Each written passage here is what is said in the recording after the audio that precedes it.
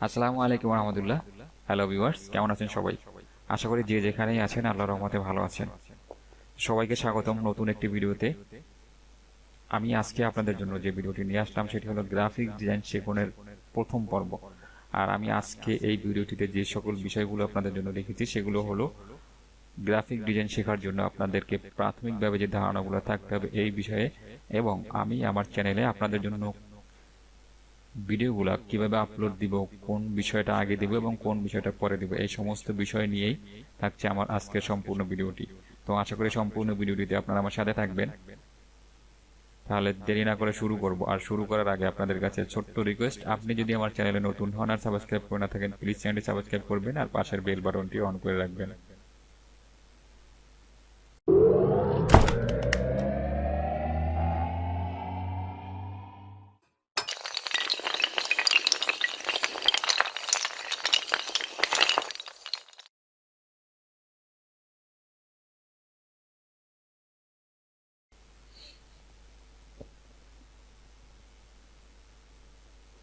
তো viewers, graphic ডিজাইনটা হলো আমরা ফটোশপ এবং ইলাস্ট্রেটর দুইটার সমন্বয়ে আমাদেরকে গ্রাফিক ডিজাইনটা শিখতে হবে। আপনি যদি গ্রাফিক্স ডিজাইন শিখতে চান তাহলে অবশ্যই দুইটার উপরেই আপনার সমান এক্সপিরিয়েন্স থাকতে হবে, দুইটার কাজে আপনাকে সমানভাবে জানতে হবে। যদি আপনি ফটোশপের কাজ জানেন, ইলাস্ট্রেটরের কাজ না জানেন, তাহলে আপনি ডিজাইনের কাজ করতে পারবেন না। অথবা আপনি যদি ইলাস্ট্রেটরের কাজ জানেন, ফটোশপের কাজ না জানেন, তাহলে আপনি ডিজাইনের কাজ করতে পারবেন না।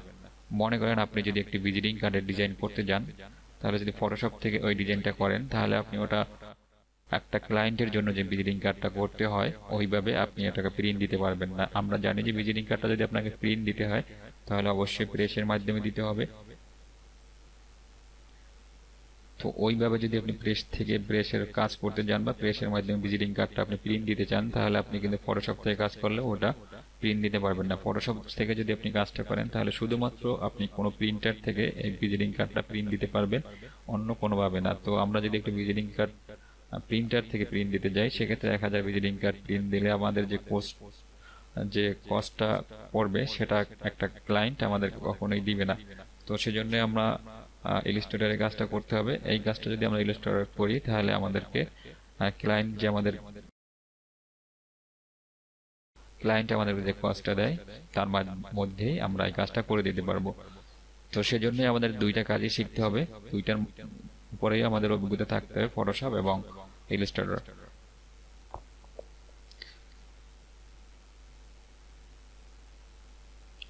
তো আমি আমার চ্যানেলে আপনাদের জন্য হলো দুইটা বিষয়ের উপরে ভিডিওগুলো আপলোড দিব পর্যায়ক্রমে। প্রাথমিক দিকে হলো আমি আপনাদেরকে ফটোশপের কাজগুলো শিখাবো এবং ফটোশপের কাজের বিভিন্ন বিষয় নিয়ে ভিডিও আপলোড দিব। যখন এখান থেকে আপনারা কাজ করতে পারেন এমন ভিডিওগুলো আমার আপলোড দেওয়া শেষ হবে, তারপরে হলো আমি আপনাদের জন্য ইলাস্ট্রেটরের কাজগুলো পর্যায়ক্রমে একটা একটা করে আপলোড দিব। নর্মাল একটা ভিজিটিং কার্ড থেকে শুরু করে যত ধরনের কাজ আছে সবগুলো আমি পর্যায়ক্রমে সব ধরনের ভিডিও আপলোড দিব। সেগুলো দেখে আপনারা এখান থেকে ভালোভাবে আপনাদের ডিজাইনের কাজগুলো শিখতে পারবেন। ফটোশপে বিভিন্ন ধরনের কাজ থাকে যে কাজগুলো আমাদেরকে অবশ্যই জানতে হয়।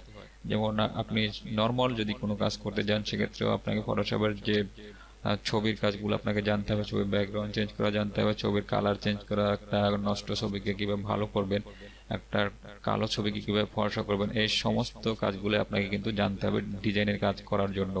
একটা ছবির যদি স্পট থাকে, স্পটগুলো কিভাবে ক্লিন করবেন, এই সমস্ত বিষয়গুলো কিন্তু আপনাকে জানতে হবে সম্পূর্ণ একটা ডিজাইনার হতে হলে।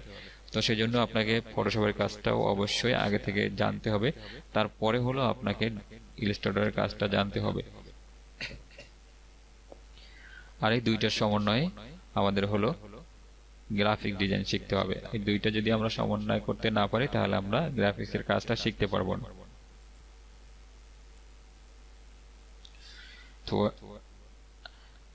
এখন দেখি যে আমরা যদি গ্রাফিক্সের কাজটা শিখতে যাই তাহলে আমাদের কি কি সফটওয়্যার আমাদের কম্পিউটারে ইনস্টল করতে হবে।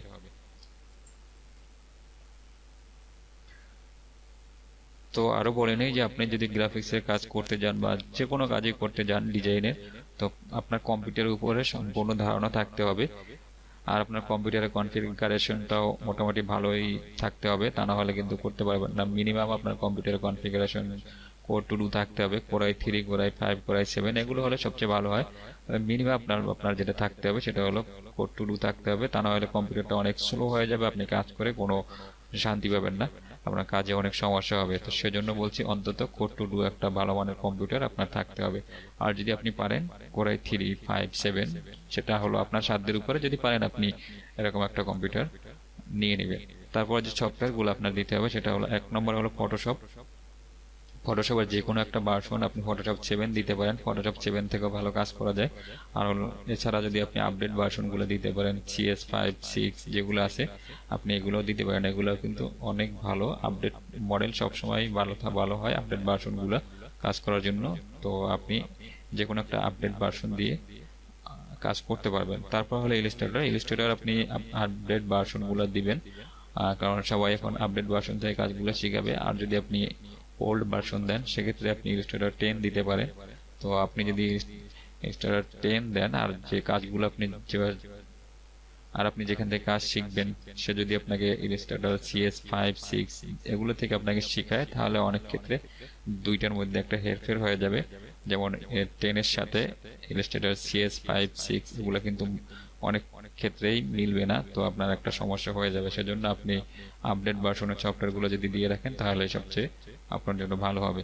এরপরে 3 নম্বর হলো মাইক্রোসফট অফিস। আপনার কিন্তু কম্পিউটার অফিসটা ইনস্টল করে রাখবেন, কারণ অফিসটা আপনার কি জন্য দরকার। আপনি যদি ডিজাইনের কাজ করতে যান তাহলে কিন্তু আপনাকে কম্পোজের কাজটা কিছু না কিছু জানতে হবে, মোটামুটি জানতে হবে। তো সেজন্য আপনাকে অফিসটা যদি আপনি ইনস্টল করে নেন তাহলে আপনি ওখান থেকে আপনার যে কম্পোজের কাজটা সেটা প্র্যাকটিস করতে পারবেন। এরপরে হলো বিজয়। বিজয় আপনি 2003 দিতে পারেন, এটা হলো একদম ওল্ড মডেল। আর যদি আপনি আপডেট মডেল দিতে চান বিজয় 52 দিতে পারবেন। বিজয় 52 যে কোনো একটা ভার্সন আপনি যদি দিয়ে দেন তাহলে সেটা সবচেয়ে ভালো হয়। বিজয় 52 আমরা যে অব্র কিবোর্ড ব্যবহার করি, যেমন ফেসবুকে ব্যবহার লেখালেখির জন্য, আপনি বিজয় 52 থেকে কিন্তু কোনো অব্র ছাড়াই বিজয় 52 থেকে আপনি ফেসবুকে লেখালেখি করতে পারবেন। সেজন্য আপনাকে হলো বিজয় 52টা আপনার কম্পিউটারে ইনস্টল করে রাখতে হবে। এরপরে দেখি আপনার কোন কোন বিষয়ের উপরে, যদি আপনি ডিজাইনের কাজ শিখতে যান কোন কোন বিষয়ের উপরে আপনার অভিজ্ঞতা থাকতে হবে মোটামুটি সেগুলো। তো প্রথমে হলো আপনার বাংলা ইংরেজি টাইপ, এই টাইপটা আপনাকে জানতে হবে মোটামুটি। তবে একদম যে অনেক ফাস্ট টাইপিং আপনার জানতে হবে এমন না, তবে মোটামুটি দুইটা বিষয়ে আপনার টাইপিং এর অভিজ্ঞতা থাকতে হবে, টাইপিং জানতে হবে, তা না হলে কিন্তু আপনি শিখতে পারবেন না। আর এই বাংলা ইংলিশ টাইপিংটা এটা আপনি আপনার কিবোর্ড দেখে দেখেও কিন্তু শিখে নিতে পারবেন। এর জন্য তেমন কোনো এটা এটা তেমন কোনো জটিল বিষয় না। আর কিছু টিউটোরিয়াল যদি আপনি দেখে নেন ইউটিউব থেকে তাহলে এগুলোর সমন্বয়ে আপনি বাংলা ইংরেজি যে টাইপিংটা এটা করে নিতে পারবেন। তারপরে হলো আগেই বলেছি যে ফটোশপের কাজ, আপনাকে অবশ্যই ফটোশপের কাজগুলো জানতে হবে। আর সেজন্য তো আমরা আমাদের চ্যানেলে নিয়মিত ভিডিও আপলোড দিব, সবগুলো ভিডিও যদি আপনি দেখেন তাহলে আপনি এখান থেকে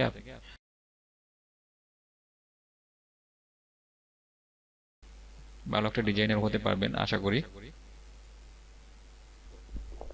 তো ভিউয়ার্স, এই বিষয়গুলো আপনাকে অবশ্যই মনে রাখতে হবে যে কোন কোন সফটওয়্যার গুলো আপনার কম্পিউটার দিতে হবে, কোন কোন বিষয়ে আপনার অভিজ্ঞতা থাকতে হবে, কোন বিষয়ের কাজটা আপনাকে প্রথমেই জানতে হবে।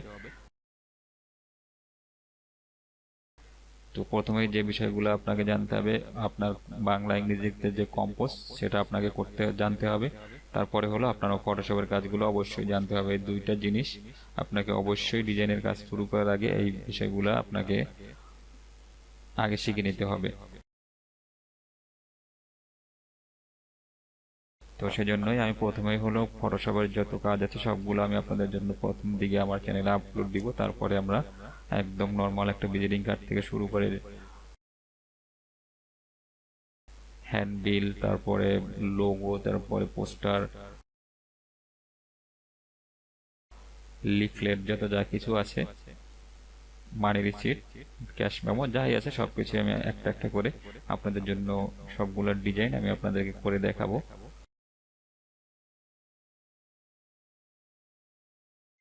প্রত্যেকটা ভিডিও আপনারা যদি দেখেন তাহলে আপনারা ডিজাইনগুলো শিখতে পারবেন। তো ভিউয়ার্স, আর কথা বাড়াবো না, তো আপনাদের জন্য এটাই ছিল আমার আজকের প্রথম পর্বের ভিডিও, গ্রাফিক্স শিখুন এর। তো আশা করি ভিডিওটা আপনাদের ভালো লেগেছে। যদি ভালো লাগে তাহলে অবশ্যই একটা লাইক দিবেন, কমেন্ট করবেন, যদি পারেন একটু শেয়ার করে দিবেন। তো সবাই ভালো থাকবেন, সুস্থ থাকবেন। আজকের মতো এখানেই বিদায় নিচ্ছি। আল্লাহ হাফেজ।